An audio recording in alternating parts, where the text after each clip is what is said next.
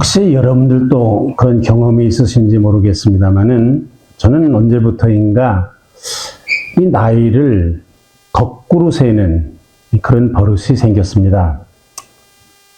다시 말하면 내가 지금 몇 살이다. 그게 아니라 내가 앞으로 살아있을 날이 얼마나 될까. 100세 세대라고 하니까 생각해보면 내가 남아있는 세월이 한 20년쯤? 많이 잡아도 20년? 아니면 10년, 15년. 그렇게밖에 이 세상에 살아남을 날이 없을 것이다. 혹시 그런 생각을 하시는 분들이 여러분들 중에도 계실지 모르겠습니다. 젊은 사람들은 아니겠지만 내 인생이라는 것이 살아있을 날이 10년 남았다. 이렇게 생각을 하니까 여러 가지 생각을 하게 되는데 남아있는 인생을 잘 살아야 되겠다. 그런 생각을 하게 됩니다. 그리고 10년이나 최소한 20년 안에 내가 꼭 당해야 될 일이 있을 텐데, 나에게 닥치는 일이 있을 텐데, 그것은 죽음이다. 피할 길이 없는 거다. 지금부터 이 죽음을 잘 준비해야 되겠다. 여러분은 어떠신지 모르겠습니다. 혹시 거꾸로 나이를 세보신 경험이 있으십니까? 결국 여러분들도 언젠가는 다 죽음을 맞이하시게 되겠죠. 누구든지 피할 수가 없으니까. 죽은 후에는 무슨 일이 일어날까 하는 것도 생각해 보게 됩니다. 그런데 참 감사한 것은 마태복음 25장에 보니까 예수님께서 우리들이 죽은 후에 무슨 일이 일어날까 하는 것에 대해서 자세하게 말씀한 것이 기록되어 있습니다. 죽은 후에 무슨 일이 있는가? 심판이 있다. 그렇습니다. 여러분들 세상 살면서 재판정에 서보신 일은 없으실지 모르겠지만 죽은 후에는 누구든지 다 마지막 심판대에 서게 된다. 그런 사실입니다. 이게 누구도 피할 수가 없는 길이다. 그래서 이 심판을 우리가 잘 통과를 하면, 이 심판대를 잘 통과하면 영원한 천국에 가게 될 것이요. 이 심판정에서 예수님이 물으시는 그 질문에 대답을 대답하지 못하면 영원한 형벌, 지옥불에 떨어질 것이다. 그러니까 우리가 날마다 살아가는 우리의 삶이 마지막 저나 여러분들이나 누구라도 피할 수 없는 이 죽음과의 심판. 이것을 잘 준비를 할 수 있는 그런 삶을 살아야 된다 하는 생각을 새삼스럽게 할 때가 있습니다. 여러분이 최후의 심판이라는, 죽은 후에 받게 되는 이 심판, 예수님께서 우리에게 몇 가지 질문을 하실 것이다. 예수님이 질문을 하신다. 첫 번째 질문이 무엇인가? 우리에게, 여러분들 다 얼마 있으면 다 당하실 일인데, 우리 죽은 후에 첫 번째 예수님께서 우리에게 하시는 질문이 뭔가? 내가 배고팠을 때 먹을 걸 줬냐? 하는 질문을 우리에게 하실 것이다. 그렇습니다. 내가 배고팠을 때 먹을 것을 줬냐? 저는 옛날에 이 성경 말씀을 읽으면서 속으로 이건 좀 예수님이 치사하신 거 아니야? 아니, 먹는 게 제일 치사한 일인데, 그래, 내가 배고팠을 때 뭘 먹을 걸 줬냐? 최고의 심판대에서 그걸 물으신다는 거야? 적어도 최후의 심판이라고 그러면은, 야, 내가 세상에 나가서 인류의 평화를 위해서 무슨 일을 했느냐? 나라를 위해서 무슨 큰 일을 했느냐? 아니, 나 우리 예수 믿는 사람이니까 하다못해 너 신앙생활 잘했냐? 어? 교회 잘 다녔냐? 헌금생활 잘했냐? 기도 잘했냐? 교회 봉사 잘했냐? 최소한 너 그런 정도라도 물으셔야 될 텐데 나 먹을 거 줬냐? 이걸 물으신다니, 야, 예수님이 좀 치사하셔도 너무 치사하시다. 그것도 뭐 다른 사람 먹을 걸 줬냐? 그 얘기가 아니라 내가 자신이 배고팠을 때 먹을 걸 줬냐? 이걸 문제를 삼으신다. 에이, 이게 조금은 좀 치사한 것 같다. 그런 생각을 했습니다. 그러나 여러분, 제가 이게 마지막에 깨닫게 된 것은 무엇인가? 우리가 세상을 살아가면서 여러 가지 일을 하고 살지만 가장 중요한 일이 뭡니까? 먹는 겁니다. 세상에 먹는 것만큼 중요한 일이 없습니다. 우리 흔히 하는 말 있잖아요. 먹기 위해서 이러는 거다. 그렇죠. 먹는 게 가장 중요한 일이지요, 우리가 세상 살면서. 그래서 여러분, 예수님께서 내가 배고플 때 먹을 것을 줬냐, 이 말씀은 우리 예수를 믿는 사람들은 적어도 세상 사람들과 다른 점이 있어야 되는데, 뭐가 다른 점이 있어야 되느냐? 밥 먹는 게 세상 사람하고 달라야 된다. 밥 먹는 게 달라야 된다. 세상 사람들처럼 밥 먹고 살면 안 된다. 밥 먹는 게 달라야 된다. 먹는 것 혼자 먹어서는 안 된다. 요즘 혼밥이라는 말도 있기는 합니다만은, 밥이라는 거 혼자 먹으면 그건 사료입니다. 밥은 같이 먹어야 됩니다. 그 다음에 밥을 먹을 때 아주 중요한 것이 있습니다. 누구하고 밥을 먹느냐는 게 굉장히 중요합니다. 그럼 누구하고 여러분들 식사를 했습니까? 오늘 아침에 누구하고 식사를 하고 나오셨습니까?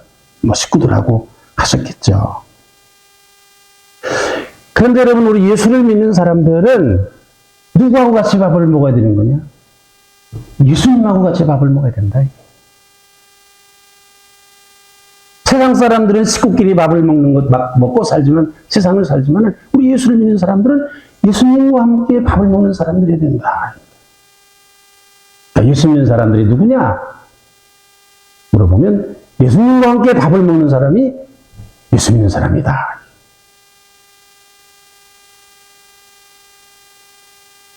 예수님께서 내가 배고플 때 먹을 것을 줬냐? 이 말씀은 나랑 같이 밥을 먹었냐? 너 내 식구냐? 여러분, 밥은 누구하고 먹습니까? 식구하고 먹는 거거든요. 너 나를 식구로 생각했냐? 이거예요. 식구라는 건 함께 사는 것이 식구 아닙니까? 밥을 같이 먹어야 되는 게 식구 아닙니까?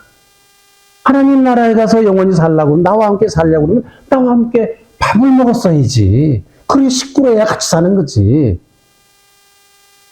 어떻게 남남끼리 밥도 같이 안 먹은 사이에 어떻게 하나님 나라에 가서 나랑 같이 살려고 생각하느냐. 그 말씀 아니겠습니까, 이게?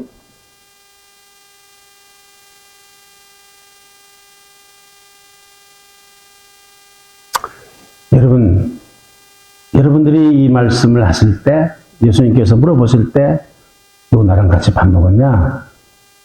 너 같이 밥 나눠 먹었느냐? 이런 얘기를 할 때 여러분들은 뭐라고 대답을 하시겠습니까? 사실 우리 예수 믿는 사람들은요, 원사님 몇 식구입니까?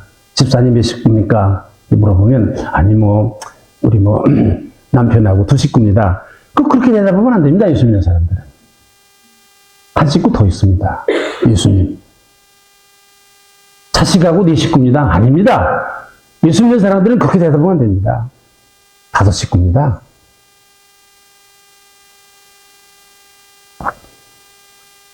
마침 거기에 예수님하고 밥을 나눠 먹지 않은 사람들, 왼쪽에 서 있는 사람들을, 너희들은 내가 배고플 때 먹을 것을 주지 않았으니까 너희들은 지옥에 가라.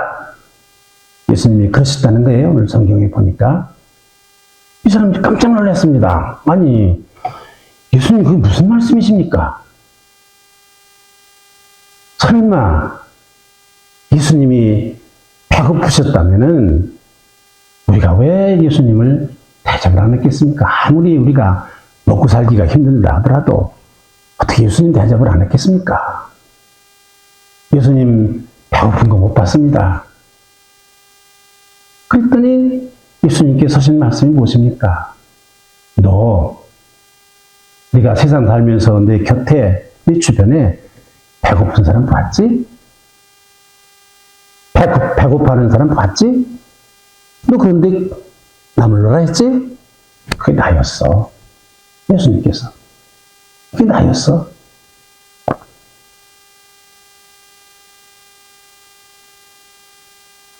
이게 참 중요한 말씀입니다. 아마 여러분들도 지금 예수님이 우리 곁에 있는 거 잘 못 보실 겁니다. 아, 예수님이 이렇게 수염도 이렇게 나고, 우리가 그림에서 보는 대로 이렇게 머리에 뭘또 쓰시고 턱 나타나서 그림에서 보는 대로 그 예수님 우리 곁에 계시다. 그 예수님 배가 고프시다. 누가 그 예수님을 몰라라 할 수가 있습니까? 대접했겠죠. 아니, 우리 집에는 못 모신다 하더라도 식당이라도 모시고 가서 아무리 돈이 없어도 대접했겠죠.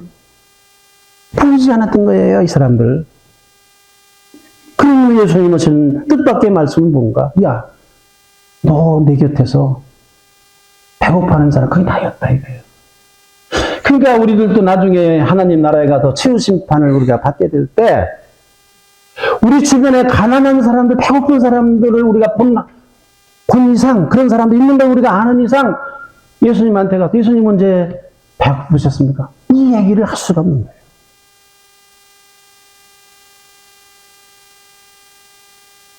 우리 갈릴리 교회 신앙 고백은 뭔가? 우리 갈릴리 교회 교인들은 어떻게 세상을 살아가려고 하는 사람들인가? 밥 먹는 것을 세상 사람들과 다르게 밥을 먹으려고 하는 사람들이 우리 갈릴리 교회 신앙이에요. 신앙의 삶이에요. 가장 중요한 거, 하루에 3끼, 3번, 가장 중요한 일, 이거를 세상 사람들과 다르게 하겠다.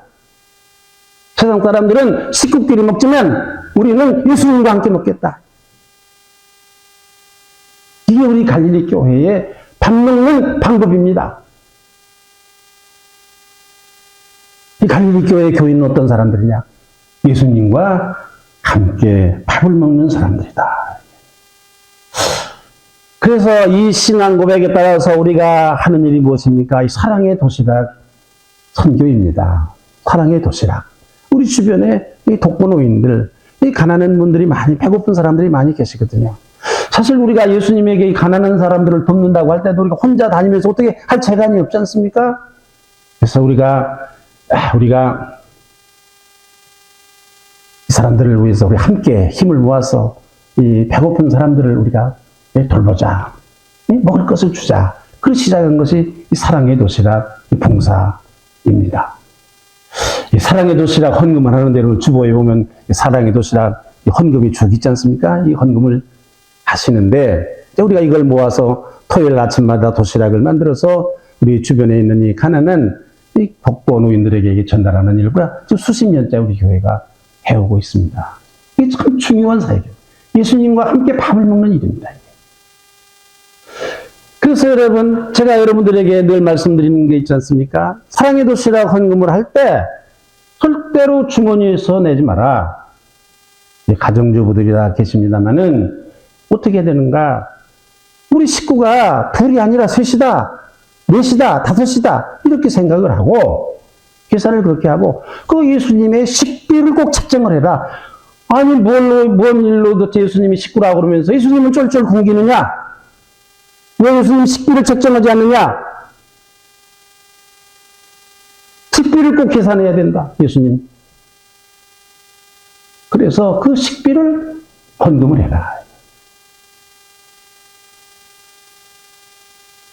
우리 식구 몫을, 예수님 몫을 헌금을 해서 우리가 이 헌금으로 정성스럽게 반찬도 만들고 밥도 하고 해서 우리 가난한 사람들에게, 이 배고픈 사람들에게 나눠주는 일. 이거를 우리가 사랑의 도시락 봉사다. 정말로 생각하면 생각할수록 귀한 사역이라고 생각합니다. 먹는 게 달라야 된다는 거예요. 식구 수를 세상 사람들처럼 세면 안 된다는 거예요.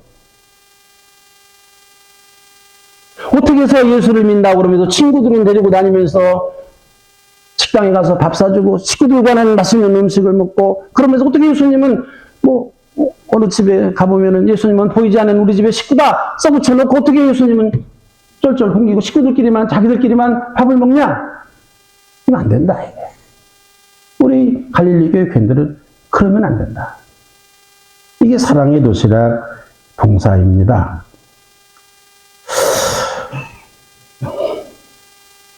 참으로 소중하고 귀한 봉사입니다만은 저는 이렇게 생각합니다. 아주 확신합니다. 여러분들 세상을 떠나셔서 예수님 심판대 앞에 섰을 때 어느 교회 다니다 왔냐? 갈릴리 교회에서 왔습니다. 그래. 그렇지. 내가 갈릴리 교회에 토요일 날마다 갖다 주는 이 맛있는 도시락 내가 배고플 때 너무 잘 먹었다. 영원한 하나님의 나라에 들어가라. 이 갈릴리 교회를 다니시다가 먼저 세상을 떠나신 많은 우리의 갈릴리 교회에 먼저 가신 이 식구들이 틀림없이 예수님 앞에서 이런 칭찬을 받고 영원한 생명에 들어갈 것이다. 저는 확신합니다. 어떻게 확신하느냐? 오늘 성경 말씀을 통해서 확신합니다. 이거 제 얘기가 아니라, 짐작으로 하는 얘기가 아니라, 뭐 여러분들한테 무슨 뭐 아부하려고 하는 얘기가 아니라 성경 말씀에 이렇게 쓰여 있는 거예요. 그런데 또 간혹 이런 생각을 할 때도 있습니다. 이 장례 지낼 때인데, 이게 우리 교인들이 세상을 떠나셔서 이 장례를 지내면서 집례를 하면서 이 제 마음속에 늘 드는 생각이 뭐냐. 이분이 천국에 갔을까 안 갔을까? 그렇죠. 목사 책임 아닙니까? 목사가 잘 가르쳐서 제대로 신앙생활을 하고 천국에 가게 하는 그 책임이 목사에게 있는 거 아니에요? 얼마나 그 교회 교인들을 많이 천국에 보내느냐? 그게 얼마만큼 훌륭한 목사냐? 하는 판단하는 기준이라고 생각합니다. 그런데 제가 어떤 데는 자신이 없을 때가 있어요. 이분이 지금 예수님 앞에서 너 내가 배고플 때 먹을 걸 줬냐? 틀림없이 그렇게 물으실 텐데 이 집사님이, 이 권사님이 제대로 대답을 할 수가 있을까? 쩔쩔맬지 모르겠다. 이거. 어? 그래, 야, 너 아무리 갈릴리 교회에서 왔다고 그러긴 하는데 난 네가 갖다 준 밥을 먹어본 적이 없다. 만약 예수님께서 그렇게 말씀하시면 이건 낭패 아닙니까? 이건.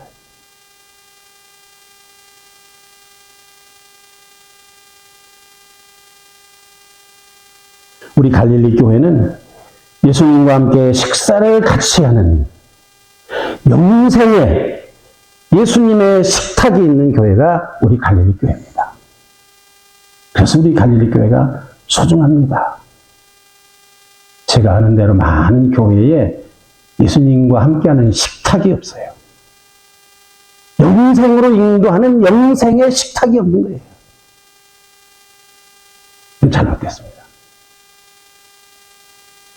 예수님과 함께 음식을 나누는 식탁이 있는 갈릴리 교회, 영생의 식탁이 있는 이 갈릴리 교회, 이런 교회 교인이 된 것을 여러분들이 감사하게 생각합니다.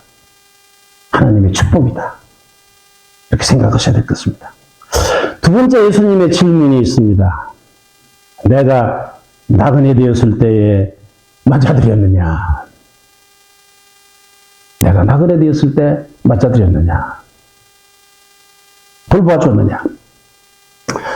지금부터 30여 년 전의 일입니다만은 저희 교회가 그때는 구로 6동의 희망의 집이라는 곳에 교회가 있었습니다. 한 300평 되는 그런 교회인데, 여기 계신 분 중에도 그 교회에 다니셨던 분이 계십니다만은, 그때만 하더라도 외국인 노동자가 없었던 때입니다. 이 우리나라에 외국인 노동자들이 오기 시작한 것은 88년 올림픽이 끝난 다음에 우리나라의 발전상을 온 텔레비전을 통해서 올림픽 할 때 세계 사람들이 보고, 야, 또 대한민국이라는 나라가, 한국이라는 나라가 대단한 나라다.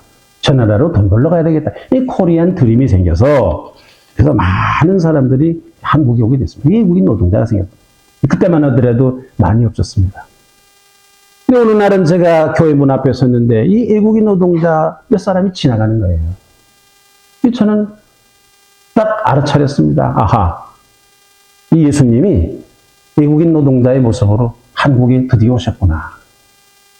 제가 교인들에게 말씀을 드렸습니다. 여러분, 글쎄 예수님이 외국인 노동자의 모습으로 한국에 오셔가지고 우리 교회 우리 교회 앞을 지나가시는데, 여러분, 우리가 성경 말씀대로 이 나그네들을, 이 나그네의 모습으로 오신 이 예수님을 우리가 영접하고 돌봐야 되지 않겠습니까?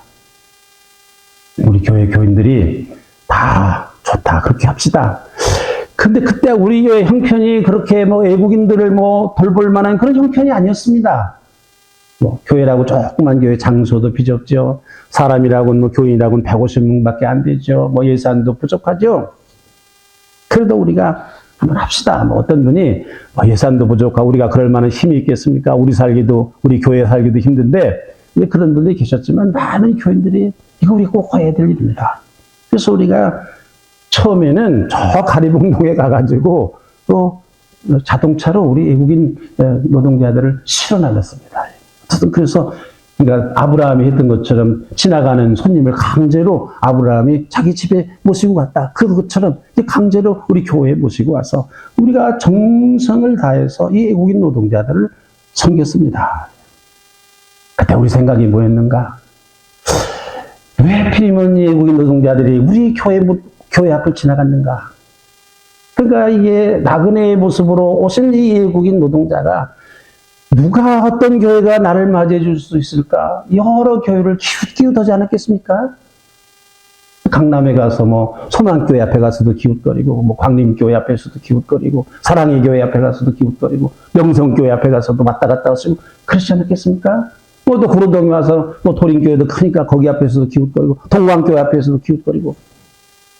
그러다가 우리 교회 앞을 지나가시게 됐고, 그래도 이 갈릴리 교회는 나를 맞아주겠지. 그러지 않았겠습니까? 또 하나님께서 저 먼 나라에, 이 가난한 나라에서 사는 하나님의 자녀들이 한국으로 돈을 벌러 간다. 하나님이 얼마나 걱정이 많으시겠어요? 타국에 가서 저 사람들이 얼마나 고생할까? 얼마나 천대를 받을까? 저 사람들을 이 자녀들을 어디에 부탁을 해야, 어느 교회에 부탁을 해야 잘 돌볼 수 있을까? 하나님이 걱정이 있으시지 않았겠어요? 하나님이 여기저기 두리번 이 교회가 좋을까, 저 교회가 좋을까 두리번 거리다가 저 구로동 갈릴리 교회 개척교회 150명밖에 모이지 않은 이 조그만 교회, 하나님께서 보시고, 그래, 그래도 갈릴리 교회지. 내가 이 교회에 내 사랑하는 이 연약한 하나는 자녀들을 맡기면 그래도 정성을 다해서 돌봐주겠지. 하나님께서 우리 교회에, 다른 교회 다 쳐쳐도 우리 교회에 이 외국인 노동자들, 하나님의 자녀들을 맡기셨어요. 잘 돌봐라. 돌볼 줄 안다. 갈릴리 교회는 그럴 줄 안다. 그래서 우리가 지나간 30년 동안 정성을 다해서 이들을 섬겼습니다. 우리가 먹을 거 먹지 않고 쓸 거 쓰지 않고 이들을 사랑으로 정성으로 다 돌봤습니다. 이 32년 전에 여러분, 이 외국인 노동자들이, 그때는 우리 한국 사람들이 목욕탕도 누주지를 않았습니다. 목욕도 할 수가 없었어요. 그래 우리 변소에다가 샤워기 달아놓고 우리 교인들 문 앞에 수건 들고 서서 샤워도 하고, 또 이발도 배워가지고 이발도 해주고, 그리고 무엇보다도 배고파했습니다. 그래서 이 외국인, 우리 형제들이 무슨 음식을 잘 먹을까? 여러 나라에서 온 사람들이니까 입맛도 다 각각이에요. 우리가 연구한 끝에 모든 나라 사람들이 잘 먹는 거 닭튀김이다. 알아냈어요. 이 여러 나라 사람들이 다 잘 먹어요, 닭튀김은. 그래서 저는 생각하기를 하나님 나라에 음식이 있다면 닭튀김일 거다. 홀리우시다, 이게. 거룩한 음식이다, 이 닭튀김. 그래서 여러분, 우리가 열심히로 닭튀김을 해서 이들을 대접을 했는데, 이 교회가 연약하고 예산이 없다 보니까 매일 재정부장하고 이주노동자 선교부장하고 티격태격하는 거예요. 800명씩이나 사람들이 오니까 감당할 수가 없는 거예요. 재정부장은 목사님 월급도 못 드리고 전기세도 못 내고 수도세도 못 내는데 이거 다 갖다가 교회 헌금 갖다가 이거 닭튀김만 하면 되느냐 뭐 이러지.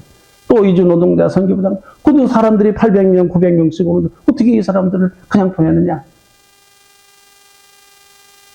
그러니까 또 어떤 그 교인들 중에 그 이주노동자들 중에 그때 예배를 드렸거든요. 예배를 드리고 뭐 닭튀김을 우리가 점심을 대접을 했는데 예배는 안 드리고 뭐 예배 드릴 리가 있나. 예수 안 믿는 사람들이고 뭐 무슬림 사람들도 있고 그러니까 예배는 안 드리고 교회에서 빙빙 돌다가 닭튀김 먹을 때만 오는 거예요. 그러니까 우리 집사님 한 분이 저놈들 괘씸 온다. 예배는 안 드리고 닭튀김만 먹으러 온다. 몽둥이 들고 이거 내쫓아야 된다. 어떻게 그럴 수 있냐. 뭐 좀 실견이도 하기도 하고. 제가 닭튀김을 하는 그 지하실 그때는 부엌이 지하실에 있었습니다. 이 지하실에 내려가서 이렇게 보니까 이 닭튀김을 나눠주는 사람들이 한쪽씩 나눠요. 한쪽씩. 괜히 뭐 이 사람들이 이게 뭐 배가 차겠습니까? 이게 더 달라고. 노치킨. 치킨이 없는 거예요. 노치킨. 그래서 제가 부탁을 했습니다. 노치킨 하지 말고 달라는 대로 다 줘라. 목사님 어디서 돈이 있어서 다 줍니까? 걱정하지 말고 다 줘라. 다음 주에 내려가 보니까 또 노치킨 그러는 거예요. 제가 화가 났습니다. 설교 시간에 제가 설교했습니다. 김집사, 앞으로 또 노치킨 그러면은 내가 김집사 튀기겠다. 그러더니 김집사가 여자 집사인데 조그만 집사거든. 설교 시간에 목사님 튀기는 게 낫겠구만 이러는 거예요. 내가 좀 더 크니까 그렇지 그 말이 옳은 말이지. 등에서 식은땀이 쭉 나더라고. 이러다가 목사 노릇하다가 내가 튀기겠구나. 근데 우리 교회 닭튀김이 너무 맛있었습니다. 지금 많은 사람들이 뭐 외국에 들어간 사람들이 그때 이 닭튀김이 너무 맛있다. 이 갈릴리 치킨 너무 맛있다. 그런데 아무리 재주를 부려도 우리 교회에서 튀기는 것만큼 맛이 없는 거예요. 아마 여러분들도 집에 가서 닭튀김 해보지만 교회에서 튀기는 것만큼 닭튀김이 맛있질 않아요. 비결이 있어요. 그런데 사람들이 그걸 몰라. 나는 압니다. 그 레시피를 압니다. 원래 이 닭튀김이라는 게 기름에다 튀기는 거 아닙니까? 근데 갈릴리 교회에서는 닭튀김은 기름으로 튀기는 게 아니에요. 그때는 지하실에서 튀기는데 그 여름에 큰 이 불 앞에서 이 닭튀김을 하려니까 그 수많은 닭튀김을 하려니까 땀이 줄줄 나가지고 온통 온몸에서 땀이 나고 그래 땀방울이 닭튀김 속에 기름 속에 들어가는 거예요. 그 땀방울로 튀긴 닭튀김이기 때문에 그렇게 맛있는 닭튀김이 된 거예요. 우리 교회에서는 닭튀김은 기름으로 튀긴 게 아니에요. 땀으로 튀긴 것이 우리 교회의 닭튀김이에요.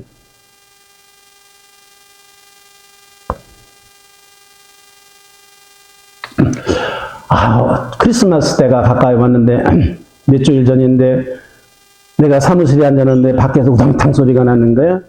그럼 뛰어나가 보니까 어떤 여자 하나가 중년 여성인데 우리 교회 문 앞에 쓰러져 있어요. 부목사님 보고 이거 없고서 큰 병원에 좀 가봐라. 여의도 병원에 갔어요. 가서 보니까 이 사람이 급하게 수술을 하지 않으면 안 되는 그런 병에 걸린 거예요. 수술을 해야 되는 거예요. 그래서 얼마가 드느냐? 수술비가 한 2천만 원 든다 이거예요. 응? 이 아주머니 호주머니를 뒤져보니까 1,000원짜리 몇 개가 있는 거예요. 이 부목사가 나한테 전화를 했어요. 목사님, 이 여자가 지금 급하게 수술을 하지 않으면 죽는다는데 이 중한 병에 걸렸는데 어떻게 쓰면 좋을까요? 근데 돈 2천만 원이 든다는데요. 이거 보증 안 쓰면 못 해준답니다. 네, 그래서 그때 이 부목사를 원망했습니다. 미루는 사람 같으니라고.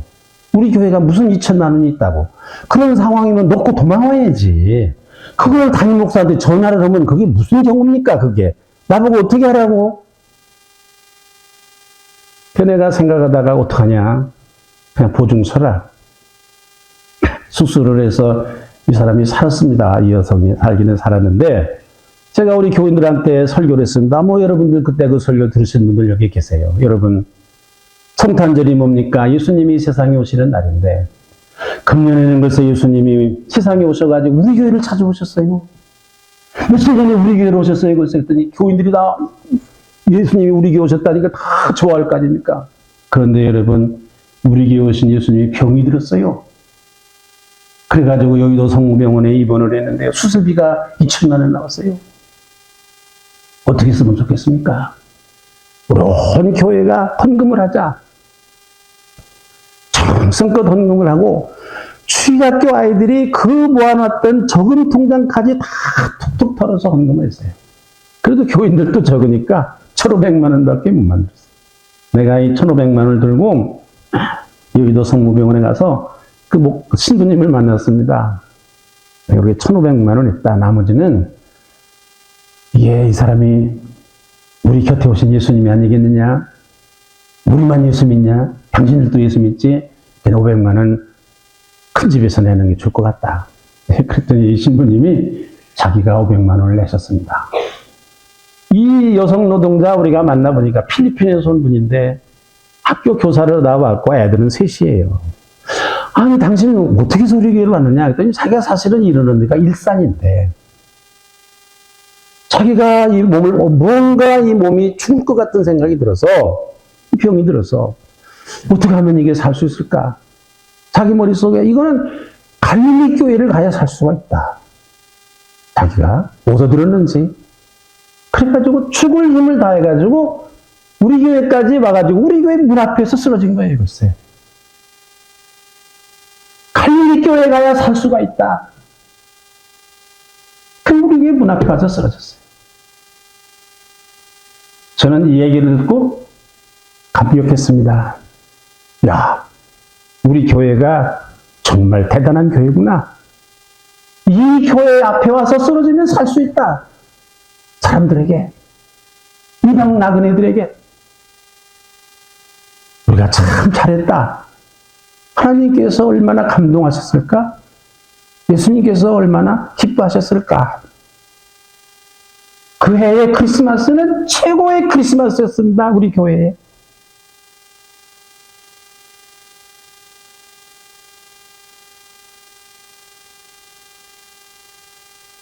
먼저 세상을 떠난 우리 갈릴리 교회 성도들, 저는 틀림없이 예수님께서 칭찬하셨을 뿐만 아니라, 야, 너 진짜 닭고기 맛있게 먹었다. 우리 같은 사람들을 그렇게 정성으로 대접해 주다니, 맞아주다니, 제일 좋은 곳에 가서 살아라.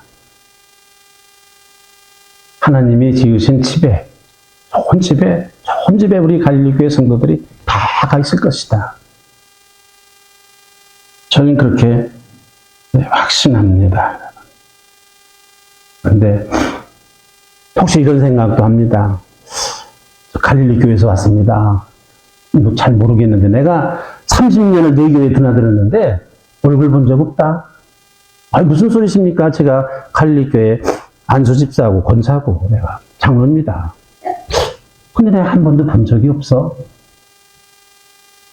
혹시 그런 경우가 생긴다고 하면 이게 얼마나 낭패스러운 일일까? 예. 그 제가 생각하다가 지킴이라는 걸 만들었습니다. 권사님들, 안도집사님들. 번을 짜가지고서 이주노동자 선교하는데 들어가라. 그래도 한 번쯤은 얼굴이라도 익혀야, 그래야 천국에 가서, 그때 한번 뵙지 않습니까? 이렇게라도 할 거 아닌가. 명색이 안수집사 권사가 돼가지고, 나 너희 교회 다녔는데 난 얼굴 못 봤다. 이런 일이 생기면 이게 어떻게 될 거냐. 저는 주일날 오후가 되기만 하면 저는 정말로 가슴이 울렁거렸습니다. 예수님이 오시는구나. 예수님들이 오시는구나. 또 마음이 조마조마했습니다. 아니 다른 교회에서 이분들이 예수님인 줄 알고 중간에서 채가면 어떡하나? 모셔가면 어떡하나? 이번 주일에는 혹시 다른 교회에서 이게 눈치채고 예수님들을 모셔가면 어떡하나? 가슴이 조마조마했습니다. 30년 동안 그런 일이 안 일어나서 감사한 일이. 다른 교회가 눈치 못 챘어요. 나는 눈치챌까봐 굉장히 조마조마했어요. 그래서 우리 교회가 아주 독점적으로 예수님을 차지했어요. 예수님을 대접할 수가 있었어요. 감사한 일이 아닙니까, 여러분? 들리는 말로 말하면 요즘은 좀 별로 예수님들이 많이 안 오신다, 많이 떠나셨다, 그래가지고 제가 섭섭한 마음이 있습니다. 세 번째, 우리 교회가 하는 자랑스러운 선교가 있습니다. 햇살 보금자리 선교입니다. 제가 어느 날인가 새벽 기도를 왔는데 우리 교회 문 앞에 글쎄 어떤 사람이 쭈그리고 잠을 자고 있는 거예요. 이게 누구냐? 노숙자예요, 노숙자. 제가 이 사람을 보는 순간 깜짝 놀랐습니다. 드디어 올 것이 왔구나. 이게 점점 이 노숙자 수가 늘어나고 있지 않습니까? 우리 주변에 특히 영등포 지역에 노숙자들이 많이 일어나는데 이 사람들이 혹시 우리 교회 찾아오면 어떡하나 내가 늘 조마조마했어요. 그때 어느 날 아침에 가보니까 진짜 노숙자 한 사람이 우리 교회 문 앞에 있는 거예요. 여러분, 예수님의 모습, 예수님 아닙니까? 노숙자의 모습으로 오신 예수님 아닙니까? 그럼 어떻게 해야 되겠습니까? 내가 목사인데 우리 집에 모시고 가야지. 저 여러 번 생각했는데 못하겠더라고요. 저 못했습니다. 교회 문을 열어야지. 여기 한나방도 있고 다 있는데 이렇게 잘진 교회인데 주인이 오셨는데 이 교회가 예수님이 머리라면서요. 예수님이 주인이라면서요. 주인이 오셨는데 우리가 교회를 열고 예수님을 모셔드려야 되는데 좀 못했습니다. 그리고 깨를 하나 냈습니다. 이분들을 위해서 우리 교회는 못하니까 우리 집은 못 데리고 못 모시고 가니까 이분들을 위해서 집을 장만해야 되겠다 이렇게 생각했어요. 그리고 또 집을 장만하니까 하려니까 우리 교회 1만원이 불가능해서 주변에 있는 영등포 노예에 있는 다른 교회 목사님들한테 제가 얘기해서 봐 예수님이 글쎄 우리 영등포 역 앞에 다 가득을 하시는데 이거 언제 당신네 교회 갈지도 몰라. 어떡할 거야? 우리 교회 오셨는데 난 못 모셨어? 그러니까 방법이 있다. 우리 힘을 모아서 이 노숙자들이 쉴 수 있는 쉼터를 우리가 마련하자. 그때 다른 교회 목사님도 겁이 났지. 저기 올까봐. 내가 여기 우리 교회 갈지도 모른다 했거든. 우리 교회는 금요 철야 기도도 안 하니까 괜찮지만 야 금요 철야 기도 올 때 노숙자들이 따뜻하게 뭐 불때지 이러니까 다 와가지고 앉았으면 어떡할 거냐. 아닌 게 아니라 여의도 순복음교회는요. 금요일 철야 기도 그 여의도 순복음이 철야 기도를 하는데 철야 기도 올 때마다 수많은 노숙자들이 와서 앉았는 거예요. 맥주 출 수도 없고. 그래서 우리 노예와 우리 교회가 영등포 시장에다가 한 100여 명쯤이 쉴 수 있는 쉼터를 마련했습니다. 그리고 이들을 우리가 오랫동안 섬겨왔습니다. 우리 교회가 제일 앞장서서 영등포 노예의 다른 교회보다도 우리 교회가 제일 많이 헌금을 해서 햇살 보금자리 선교를 합니다. 예수님께 죄송하지만 우리 집에 못 모셔서 죄송하지만 우리 교회에 못 모셔서 죄송하지만 이렇게라도 좀 쉬십시오. 죄송한 마음으로. 이게 우리 교회가 하고 있는 햇살 보금자리 선교입니다. 많은 우리 교우들이 여기에 함께 하셔서 헌금도 하시고 기도도 하시고 너무 감사한 일입니다. 제가 말씀을 마치겠습니다. 여러분 어느 교회가 좋은 교회입니까? 어떤 교회가 좋은 교회입니까? 저는 생각하기를 하나님 나라, 영원한 하나님의 나라에 갈 수 있도록 연습을 하게 하고 그런 일을 갈 수 있도록 그런 일을 하도록 하는 그런 교회가 여러분 훌륭한 교회가 아니겠습니까? 10,000명이 모이는 교회가 훌륭합니까? 1,000명이 모이는 교회가 좀 훌륭한 교회입니까? 그런 의미에서 우리 갈릴교회는 훌륭한 교회입니다. 하나님 나라를 가는 길목에 있는 교회입니다. 예수님과 함께 음식을 나누어 먹을 수 있는 예수님의 식탁이 있는 교회입니다. 훌륭한 교회 아닙니까? 여러분 어떻게 어떻게 이런 좋은 교회를 두고 이 교회를 떠납니까? 바보들이잖아요. 어떤 목사가 훌륭한 목사입니까? 교인들을 잘 하나님의 말씀대로 가르치고 그렇게 살도록 해서 하나님 나라에, 영원한 나라에 많이 갈 수 있게 하는 그런 목사, 그 훌륭한 목사 아닙니까? 그런 목사래요. 사랑하는 성도 여러분, 저는 내 이 교회의 원로 목사여서가 아니라 이런 좋은 교회에 만나고 이런 좋은 교회에 다닐 수 있고 이런 좋은 교회에서 신앙생활할 수 있고 예수님께 음식을 대접할 수 있고 예수님을 맞아들일 수 있고 이런 좋은 정말 예수님께 칭찬받을 하나님의 나라에 갈 수 있는 이런 교회를 이런 일을 할 수 있는 교회를 다니시게 된 거 이거 하나님이 여러분들에게 주신 축복입니다. 이 교회를 잘 섬기시기를 바랍니다. 이 교회를 사랑하시기를 바랍니다. 또 이 교회에서는 여러 가지 선교의 사역을 정성스럽게 여러분들이 같이 참여를 하셔서 여러분들의 인생에 언젠가 꼭 있을 이 마지막 심판대 예수님 앞에서 자랑스럽게 대답할 수 있고 예수님께 칭찬을 받는 그런 은혜가 여러분들 가운데 함께 하시기를 바랍니다. 기도하겠습니다.